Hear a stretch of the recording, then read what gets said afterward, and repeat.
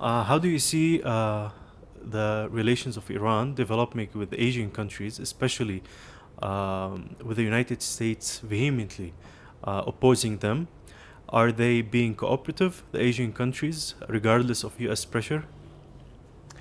The most important difference between foreign policy of President Raisi and President Rouhani was that President Rouhani was only focused on the West, and by the West, he meant only a few number of countries.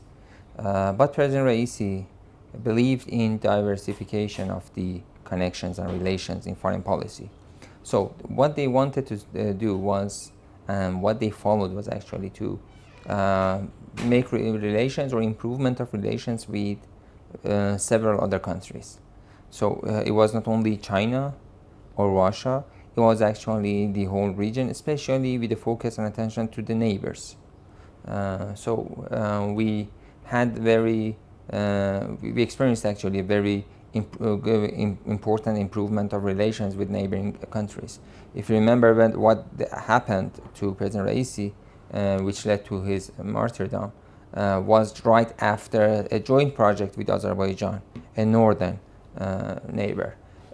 Just 1 or 2 weeks before that, he was in Pakistan, another neighbor. He was supposed to go to Iraq just 10 days after that event, uh, another neighbor of the country. He improved the relationships with Saudi Arabia. So it was very important. So if we want to discuss about the factors and elements of his foreign policy, improvement of relations with neighboring countries was one of the most important ones. Paradigm shift toward East was another one. And by East we mean Asian countries, not only, as I said, not only China. For example, we had a trip to Sri Lanka, as far as I remember. So this diversity in the basket of the foreign policy and diplomacy was one important point of that. And the reason was that he believed, and we do actually believe, that if you work with different countries, you can open many fronts and you can pave the way for further cooperation, for improvement of economy, and less need and necessity for JCPOA and nuclear talks. And it was actually successful. So based on the outcomes that we witnessed, based on the situation that we see, and the results, all of them show that it was a correct track actually to take. The reason that the Americans are against that is exactly because of this, because they know that the more the more successful and the more in number you have relations with other countries, you have less need in the West, and the meaning and the necessity of JCPOA and arrangements with the West would be less and less. Because of that, they still want Iran to depend on them. They still want Iran to depend on nuclear talks and removal of sanctions. What President Raisi did was to nullify the sanctions, not only to circumvent them, but actually to nullify them, because it made them, let's say, in a way they didn't have any, we cannot say any impact. We can say it was actually no further impact was actually into the sanctions, and gradually in the future it could be resolved and it could actually nullify completely the impact of the sanctions. On the other side of the story, from the perspective of the Asian countries, regards concerning the American pressure, since the Americans are losing their power and they're turning from a hegemonic power in the past into a normal country because of the decline in the power, they are less concerned about American pressures. They are understanding that the change and the change in the world and the new world order that is being shaped is not relying on the United States or even the West anymore. Just look at what was discussed in Munich Security Conference in 2020. The Europeans and the Westerners themselves, in one of most significant events in the world in terms of foreign policy and security, international politics, they talked about Westlessness. So that is not something we say, it is something like, for example, President Macron said. At that time, Chancellor Merkel said, and many other people. So this restlessness is something that the world is experiencing and feeling and witnessing that is happening. So because of that, the countries are not that much concerned about US pressures. In short term, it might be, but in long term, the countries are understanding that they cannot rely upon the United States. An older example I can say is when the Chinese formed and established the Asian Infrastructure Investment Bank, AIIB, and it was supposed to be just Asian countries. But gradually other countries joined, and you can see even the strategic allies of the Americans also joined the event, the body and the entity. So it shows that even for example, the British know that power is not remaining in the West anymore, and it has actually spread around the world. So because of that, the Asian countries know that even if not possible in short term, in mid-term and in long term, they need to work with Iran. And it's not, they need to consider ways away from the United States, and they need to consider Iran as a significant player as well. So it's not just about the, let's say, declining US power, it is also the increasing Iranian power as well. Land trade routes today are very significant with regard to geopolitics. Iran has made breakthrough with its neighboring countries. Of course, this helped circumvent sanctions to a large extent. However, as you said, as the sanctions get nullified, maybe in the mid-future, this is the policy regarding this is more regarding Iran's posture, not only in the region but also in Asia. What can you tell us about the progress that have been made in the recent year with regarding to land trade? If you want, we can further expand Iran's trade via Turkey. Is it reaching Europe, for example? Iran's relations with Azerbaijan have not been great. However, cooperation remained, as we saw with Marty Rais's last project. So can you tell us more about this aspect of Iran's economy? We are located in a region that is very volatile, and we always see a lot of tensions in the region. And the most important thing, the first necessity for economic relations is stability. And that's something that I think purposefully has been deteriorated and sabotaged by outsiders in our region. One of the most important concerns for Iran has always been security, stability, and peace in this region. And because of that, Iran decided for many years, right after Saddam's war against Iran, and even during the war, Iran decided to work on its security and to be independent in terms of defense of itself, its defense capabilities. And now we are well aware of that, especially after the operation which was carried out just to signal a glimpse of its power against the Zionist regime. I insist that it was just a glimpse of that because it was very old versions, and it was very, in terms of the number and quantity, was very short to the reality. So this showed and proved that Iran has turned not only into a regional power, but also to a higher extent, it is going to be a world player, an actor, global actor. So, as a regional power, it has and feels the responsibility to make stability and peace, bring stability and peace to the region as well. So that's why Iran is working with the other countries.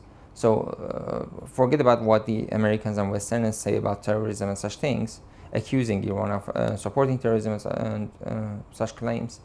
What Iran is supporting and has been pursuing for many decades is to bring peace to the region, bring stability to the region, and bring security to the region by the countries themselves, by the insiders, not outsiders, by the countries like Iraq, Lebanon, Pakistan, Syria, whatsoever. Because Iran believes that if these countries are independent and they work independently, then there won't be any problems. The problem is from outsiders. The problem is from the United States, from the UK, from the Zionist regime, and from France and other players who are here.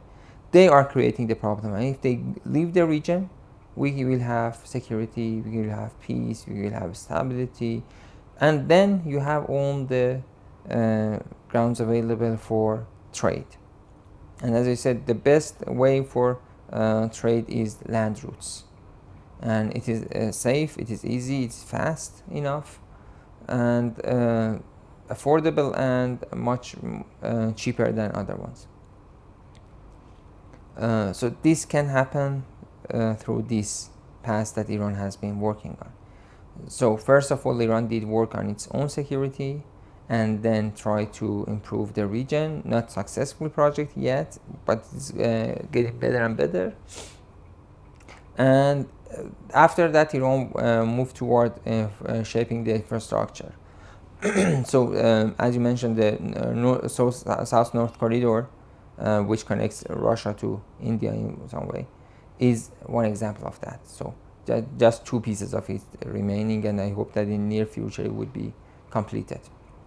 We have an east-west corridor as well, which needs to be completed, less developed than the other one. It was the basics of the issue.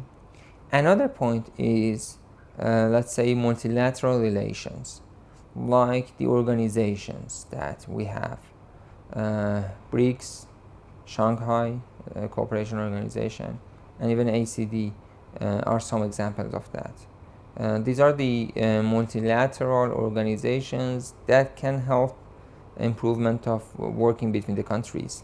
And Iran is trying to use the power and the capacities of those organizations.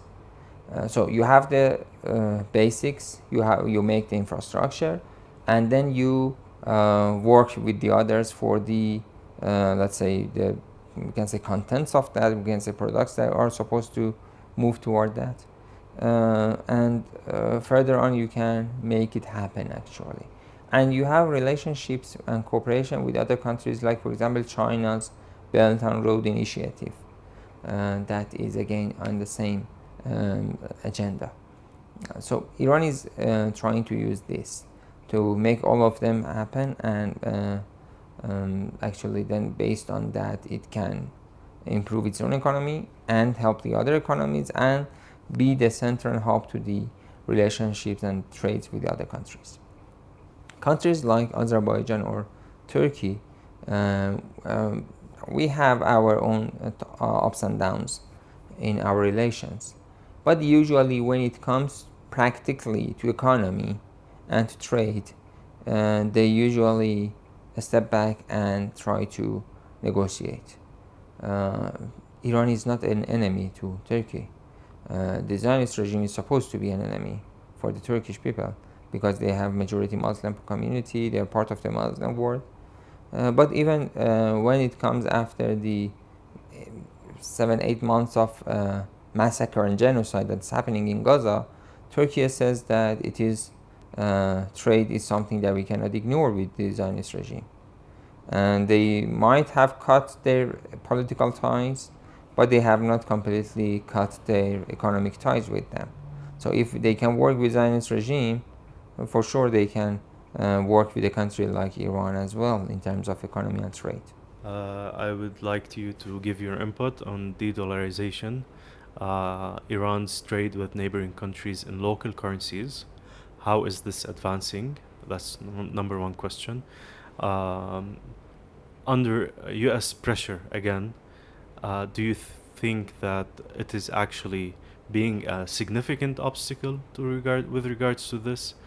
And three, Are countries uh, today cooperating with Iran only considering the, trade in local currencies with countries that are under U.S. scrutiny? For example, ties between Pakistan and Azerbaijan are not bad. So can you see them later also trading in local currencies, or is it just related to Iran, China, and Russia, which they are under the U.S., uh, if we can say, microscope? Uh, you know, the U.S. sanctions has turned into a blessing in disguise actually for Iran and other countries. Blessing in disguise. So the Americans wanted to put sanctions to put pressure on these countries, but now they have somehow paved the way for us to work with one another more easily and with more, let's say, intention and more actually motives. And it has become easier for us to move toward de-dollarization. President Putin recently announced that within BRICS they are going to actually form a mechanism similar to SWIFT that would make it possible to work with one another among these BRICS plus countries.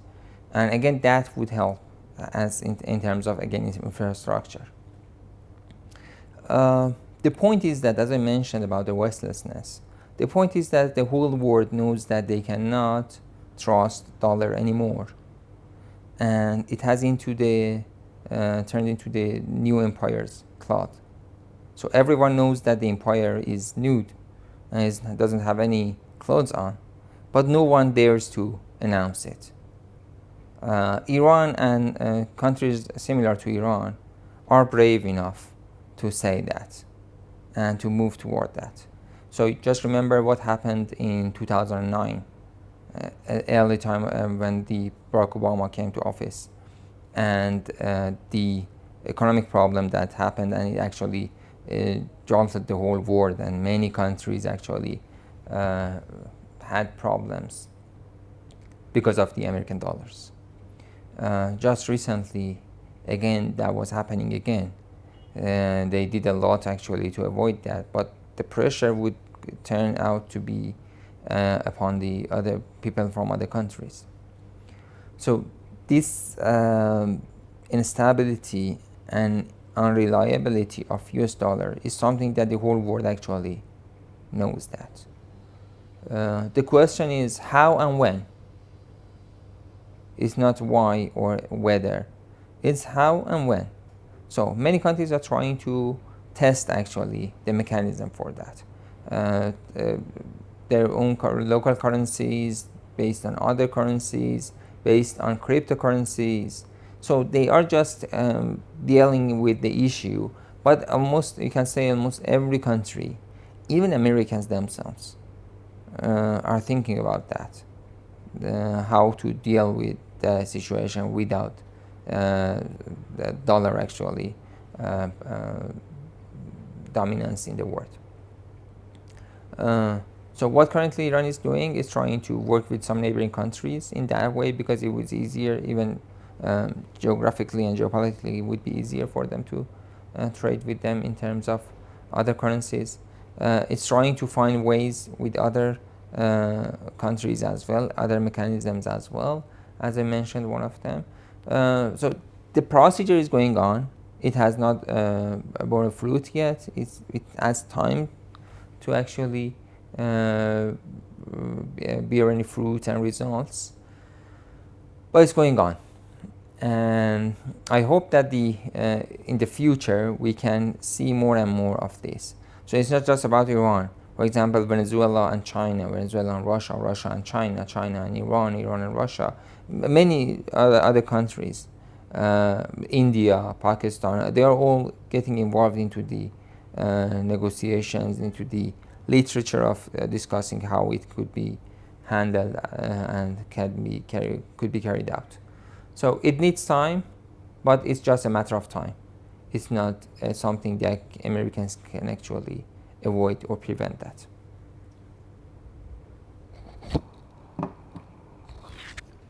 Do you think the de-dollarization is reversible? No, I don't think so. You know, uh, power of dollar happened after World War II, and it was because of the situation in the world. At that time, you remember it was just a Cold War, and we had two polars. It was a bipolar world. But now we don't have any polarity in that way anymore. Power has been distributed around the world. Coalitions are finding significance. Digital currencies and digital world actually has found a way and a momentum in this world. So nothing is like the past, so that the Americans by Marshall Plan or other techniques, Bretton Woods and such things, can actually uh, find that ways to dominate dollar over other countries and other currencies. So I don't think that it would be something that the Americans, as I said, they cannot prevent it, they cannot avoid it, they cannot do anything. They shall actually live with it. It might take time. It's not something to happen just in a matter of, for example, 1 month, 2 months, 1 year, 2 year. It takes time for sure. Maybe a decade or more is needed for that.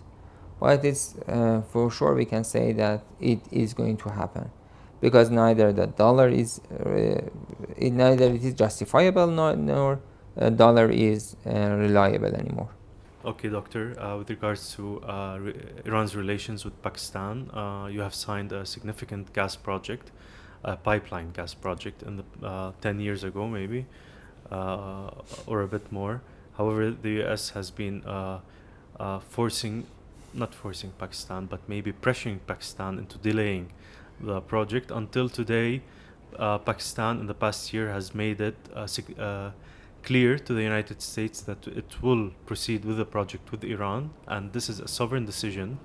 Uh, Even under pragmatism, they told the United States that if you have an alternative, we will drop the project with Iran, knowing that the United States does not have an alternative. First question is this Pakistan's new, if you want, brave take on this. Is it due to Iran's growing power, US diminishing power, or both? My first question. Second question, this project, is it, what's going on with it? Because media suddenly puts it in a shadow. They don't discuss it anymore. Maybe you can give me some information about what's going on, so we can address it, especially because many Pakistani people are recently witnessing Iran as a major ally, uh, despite US propaganda for many years. Um, what can you tell me is happening in the back scenes? Iran and Pakistan share a lot with one another in terms of culture, geography, geopolitics, religion, faith, anything, even language. We have a lot in common. But unfortunately, the relations has not been the way it deserves to be. Um, on the other hand, Pakistan is an important country in the region, which has been ignored, we can say.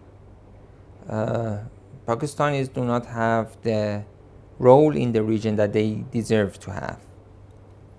Um there are several reasons behind it. One of them is the United States. One of them is its northern country neighbor, Afghanistan, and the tensions there, the connections between them. The other one is the uh, Saudi Arabia's role in Pakistan, the influence that they have there in terms of especially in terms of religious issues, and the complicated way of political structure in Pakistan. Uh, all of them, I remember I've been uh, interested in news for at least 30 years now. And I have always seen the news about Pakistan, the change, ups and downs, and the coups, I don't know, the changes in power, the, this person being arrested, that person being elected, again, corruption charges. All of them has been happening several times. This shows that how complicated the situation in the political structure in Pakistan is. So all these things that you said is being affected by all of these factors.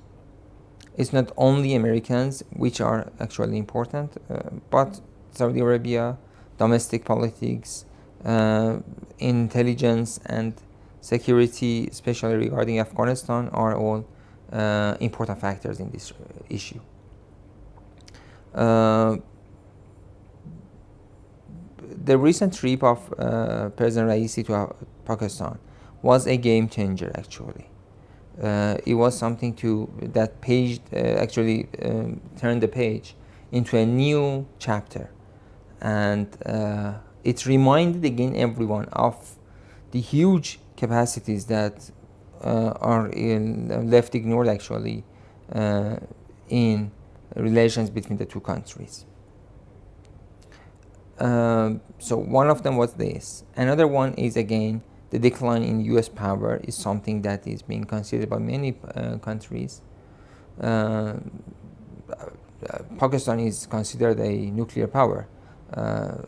Even the Saudi Arabia, which doesn't have a powerful army or doesn't have any nuclear power or nuclear bomb or something like that, even they are not listening to Americans anymore the way they used to in the past. So these are the signals and the witnesses to decline in the U.S. power in the region. That decline is one reason. The improvement of relations between the two neighbors is another reason. And the logics behind that okay, you want to do a trade, and for trade you need to buy cheaper products and to cost less for everything. So that's the logic behind that as well. That is pushing Pakistanis toward that message to the Americans, that either you provide us with a cheaper product or we shall buy from Iran. There is no other choice. And you cannot dictate us and it is not Iraq that its money is actually taken hostage by the Americans. Pakistan is a free country in that regard. The Americans might put pressure on Pakistanis, of course, even they might threaten them with sanctions, such things. Again, Iranians have proved that sanctions are meaningless.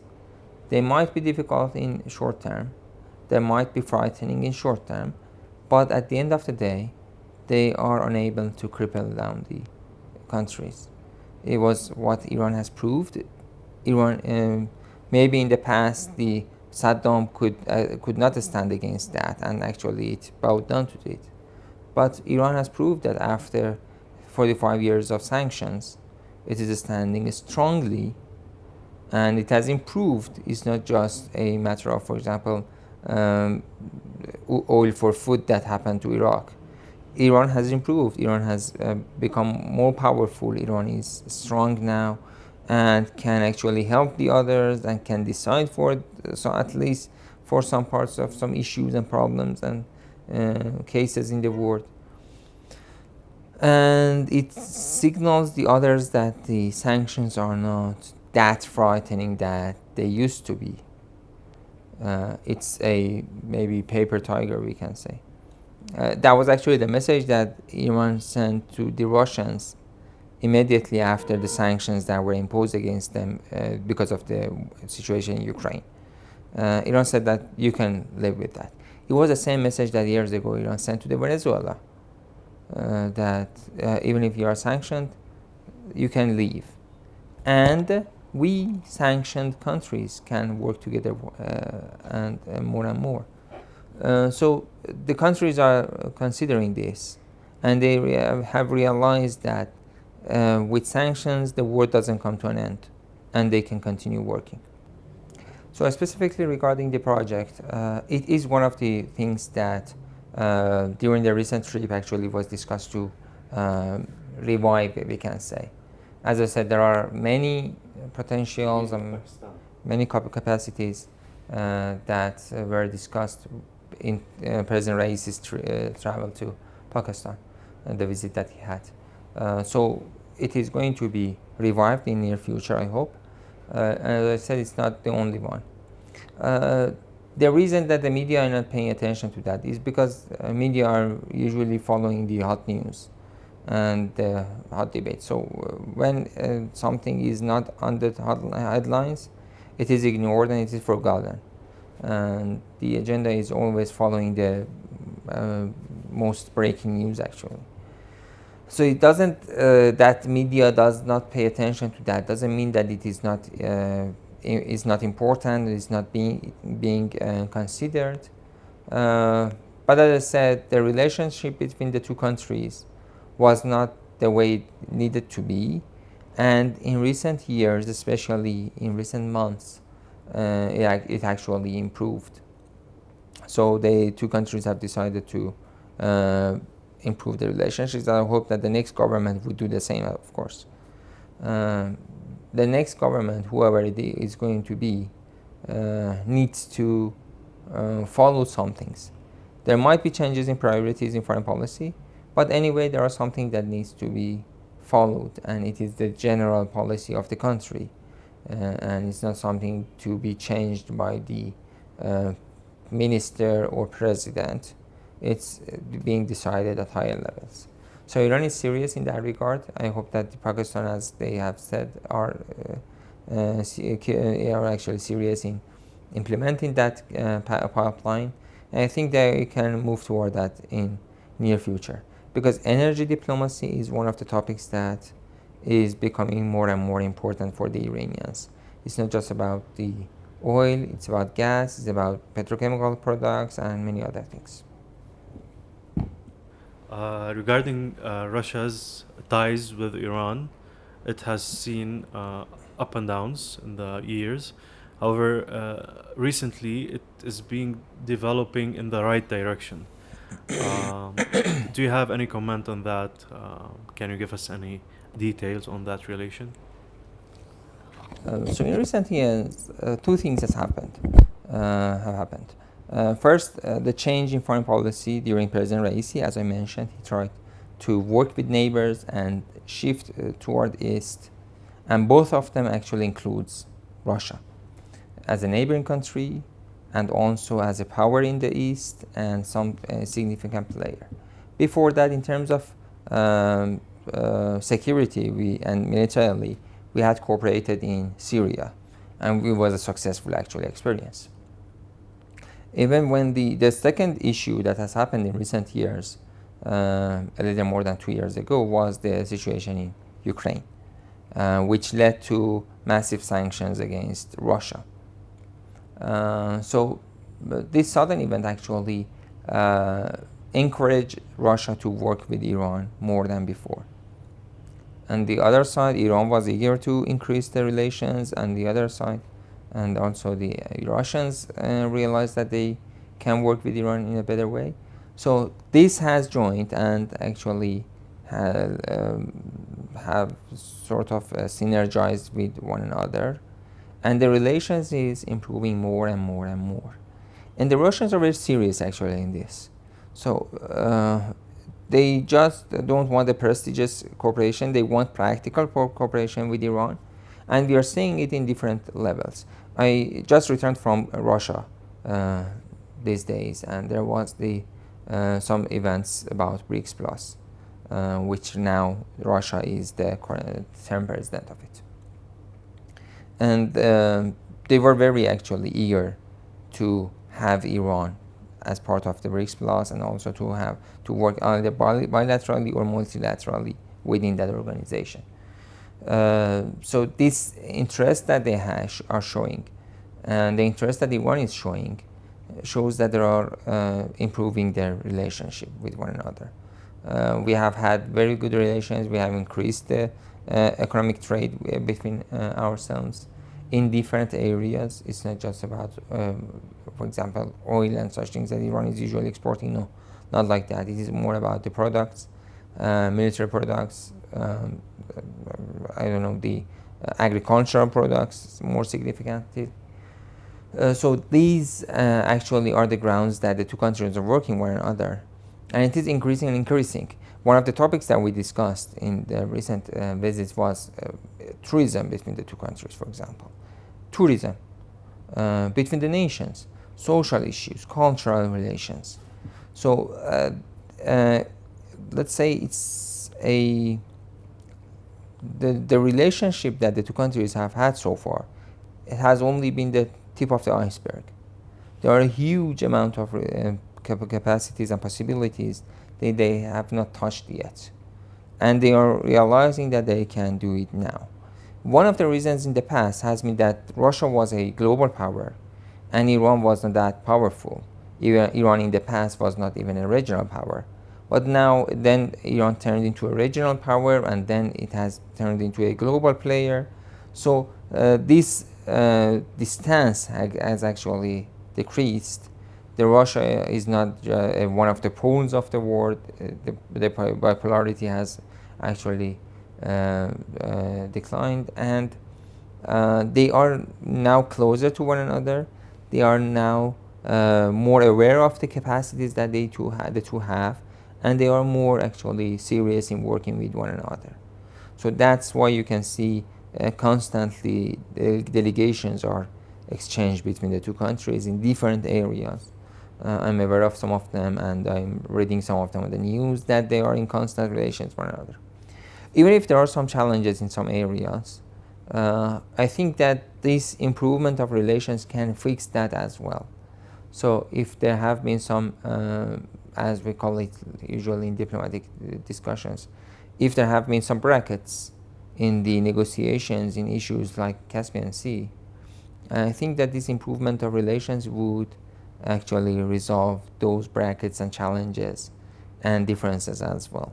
I have been in touch with many organizations or entities in Russia, either state ones or the private sector, that they are interested in working with Iran in terms of the routes, trade routes, for example, infrastructures for economy, and also in different areas for export and import. So as I said, they are very interested in that. Iran is also interested in that because Iran needs to work with its neighbors. All the topics that we discussed are actually important to Iran. So I think that it's improvement that we are witnessing gradually can help pave the way and resolve all the differences that have been in the past as well. So in the future, we can see more serious relations as well. The Russians are now waiting to see who the next government is going to be, and when it is shaped, they are moving toward the signing that MOU between the two countries. Right now, because of the martyrdom of the President Raisi and Foreign Minister Amir Abdullahian, everything is somehow stalled. But it's just because of the routines and the procedures. So they want to know who the president is and to invite him or to actually have some meeting with him and so on, all the procedures that we have in diplomatic relations. So in a matter of a few months, maybe we can see that the two countries can sign the MOU and to increase their relations with one another. Doctor, do you think that cooperation between municipalities across countries with Iran can actually lead to a breakthrough in relations between the countries rather than actually countries lead to breakthrough with relations between municipalities? City diplomacy has turned into a significant important part of foreign policy and diplomatic relations between the countries in recent years especially. Since municipalities and local governments are working more practically and let's say more agile than governments, national governments, which are more concerned about policies and big issues, municipalities are very practical and pragmatical in their works. So their relationships and their cooperations can be much faster and much fruitful between any countries. It's not just about Iran. Any two countries and any two cities are like that. And that's actually why the United Nations is actually paying more attention to the cities as well. And since 2004, they established the UCLG, for example, because they could proceed and work and promote the Sustainable Development Goals better than national governments, the SDGs. As the cities are more practical and more agile in their activities, they can work with one another better than national governments. On the other side, municipalities and local governments are not political entities. So they are not governments and they are not seen political. They are usually apolitical and they are usually practical and technical entities. So their relations are not that much affected by the politics between the two countries. So the political nature could be negative, but the relations between the cities could be totally positive. That's right now what you can see in different organizations, different gatherings, or different relations between the cities around the world. Because they know that cities are entities that are working to deal with the people directly, and they're not that much involved in the politics of the governments. So in that way, if you pay enough attention to city diplomacy, that can help actually improve the relations between the two nations and the two governments as well. So it can add to the public diplomacy, and it can add to the diplomatic relations between the two countries in a positive way. By simple gesture activities to show positive gesture, just like for example naming the streets or the places after the other countries. Like talking of the Pakistan issue, we have a Pakistan street in Tehran. A street in this city has been named after Pakistan. In a recent trip of President Raisi, they named a street after, if I'm not Tehran, if I'm not wrong, it was about Tehran or Iran, I cannot remember exactly right now, but they named after a thing in return. So these are the things that can help actually. It is something, this naming is not adding to economy, it's not adding to the politics, but it's a gesture that shows that the two nations are close to one another and they can work with one another. So this can pave the way for the politics as well. It's a long story that how public diplomacy can help the relationship between the two countries and the politics and such things.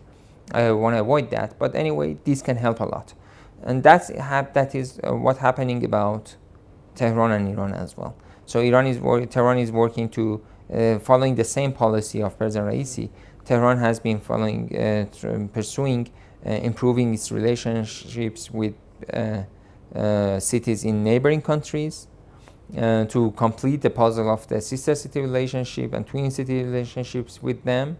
Right now we are discussing the finalizing actually. We recently finalized the text with Baghdad, for example.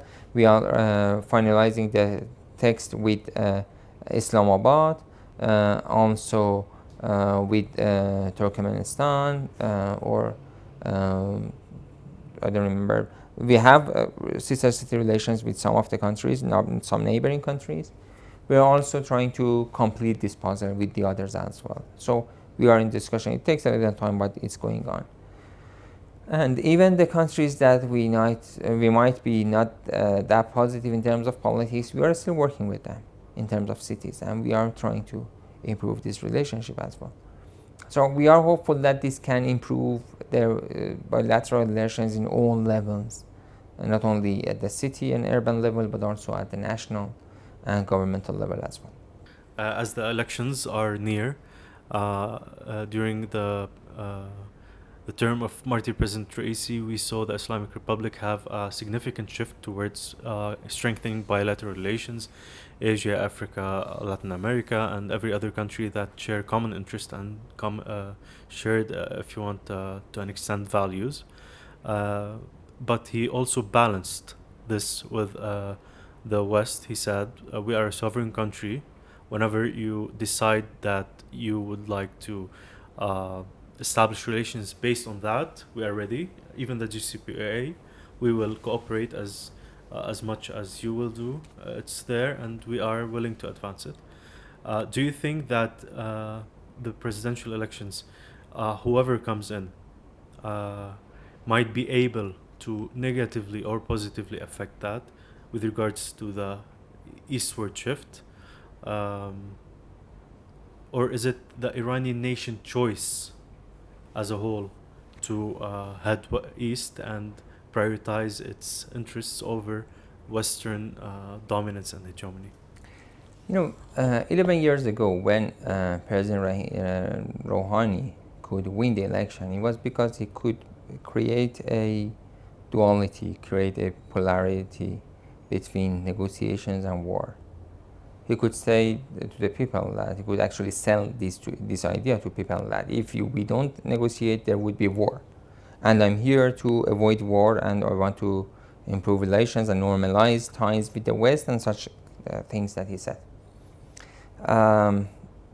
For this election, this polarization could not happen. And the reformist camp actually did their best to make it possible. They wanted to polarize it so that they can work on that, and by frightening people to win the vote of the public, and to actually to awaken those votes that are not going to the ballots, those people who are not interested in casting their votes. But they were not successful. There are some different reasons to that. First of all, even former supporters of reformist camp are not trusting in them anymore. So it's not just like past that President Khatami could stand behind, support someone, endorse someone, and the public go to support him, vote for that person because President Khatami has said. He is being ignored actually by those supporters of the time, those 20-some million people who voted for him many years ago. So they are not that serious anymore for those supporters. So part of that voters are actually still avoiding casting votes. Another point is that many people do not believe in that polarity anymore. So even though Mr. Pezeshkian was focusing on negotiations, and he was also connecting everything to negotiations with the West and revival of JCPOA and such things, even he could not win much interest and much popularity because of this. He, in the polls, he is not in a bad situation.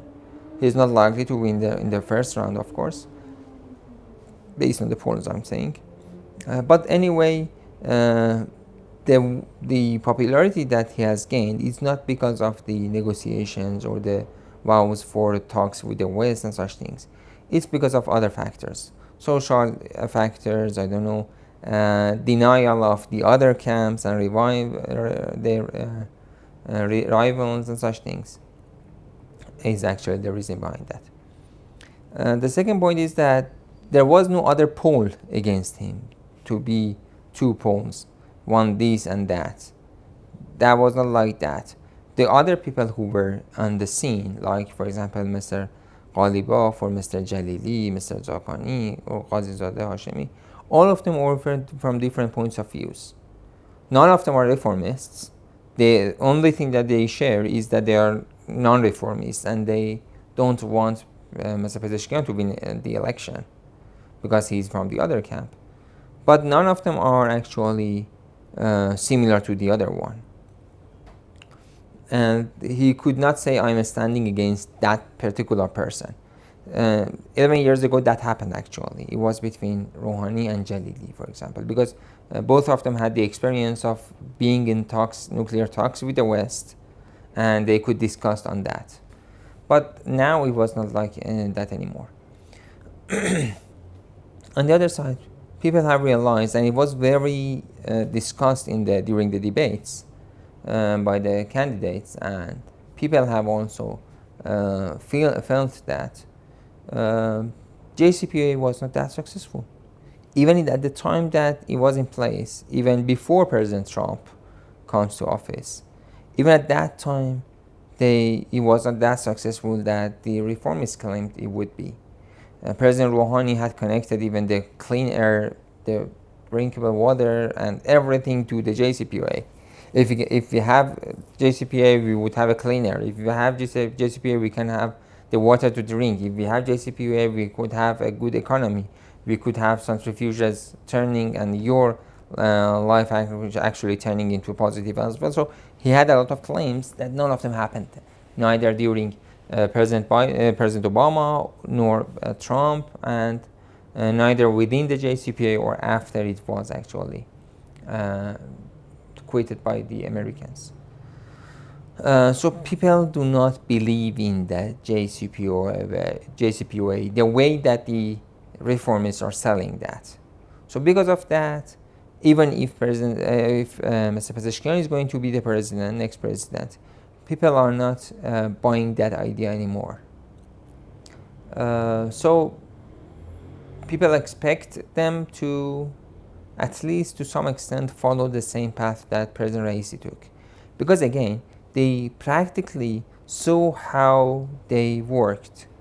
Just look at what happened during the funeral and the rituals that have processing that were held for President Raisi and Samir Abdullahian and the other martyrs. Nearly 100 countries attended or sent the messages. Even Western countries sent a message, something that had not happened in the past. Prime Minister Zarif, who was the key figure in negotiations and the JCPOA, was actually not given fuel for his plane in Europe. He was actually deprived of fuel at that time for that. So people are seeing these things, and they're much more aware than in the past. So they are expected, they have seen that how this dignity and let's say strength of Iran has happened during President Raisi, from foreign relations to military operation against the Zionist regime. All of them has happened at this time, and the people respect such things. People of Iran are very concerned about this dignity and the Iranian pride. So they have seen this in practice during President Raisi, and they have seen opposite to that during President Rouhani. So even if they vote for Mr. Pezeshkian, it's not just because of the JCPOA and the promises for talks, nuclear talks. It's for other several factors that are in between. And the request and the public demand would be to follow the same. So the next president, as I said, whoever it is going to be, he needs to follow at least some of those principles that President Raisi established, you can say. That legacy is remained, and they need to follow that to some extent. They might change some priorities, but they cannot alter everything in that regard.